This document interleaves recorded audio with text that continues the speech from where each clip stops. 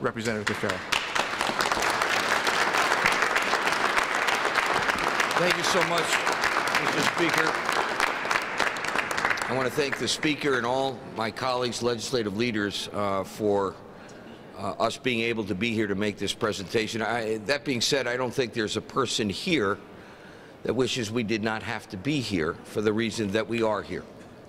But when that tragedy occurred and so many people in the state, throughout the nation, throughout the world responded or wanted to be helpful to the victims and the citizens of the town of Newtown who were so traumatized by this horrific disaster, as the Speaker indicated, we were approached by various first responders and teachers and people who were on the scene saying, and we asked them, what can we do? Is there something we could do to expedite assistance that you need? And they explained that one of the biggest problems, as the Speaker indicated, that they were facing is that many people, because of the incredible trauma that had been felt by so many, were running out of their sick days. And in other cases, they were forced, based on their contractual expiration, they were forced to go out of pocket for maybe counseling needs or some medication, etc.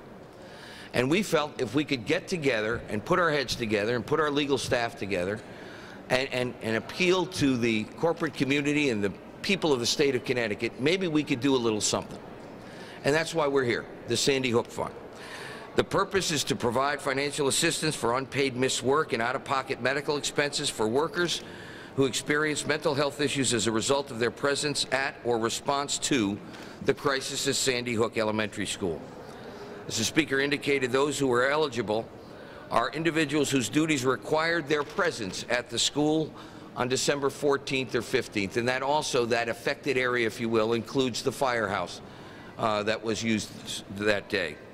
These include paid volunteer or auxiliary members of police or fire department or state police troops, licensed medical professionals, including doctors and nurses, EMT and paramedics, teachers or paraprofessionals employed by the town of Newtown, those employed at Sandy Hook School in the administrative or service capacity, therapists or counselors who are licensed or employed by a state agency, response coordinators employed by the Department of Public Health.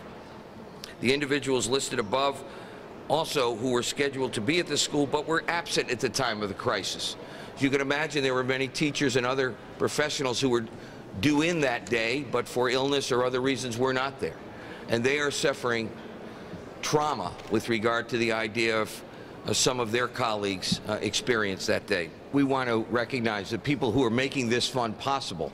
I have a list of some of their names, and I want others who might be here. These are people who, as I think Joe or Simowitz said, sometimes before even being asked, stepped up to the plate and said, how much do you need, or how much can we give, etc. And I want to recognize those people here. We have Stephanie McMahon from WWE. We want to thank WWE for their generosity.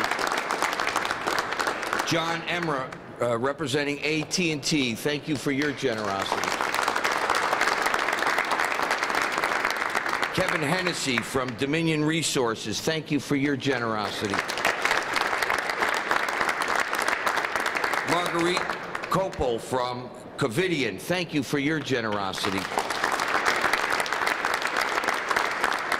And I know we have some representatives here who represent the New England Cable Television Association through its member companies, which are Comcast, Cablevision, Cox, and Charter and MetroCast, who've gotten together and have agreed to give a substantial amount of services through PSAs that they will do for nothing to promote this project. And I want to thank each and every one of them. Thank you so much.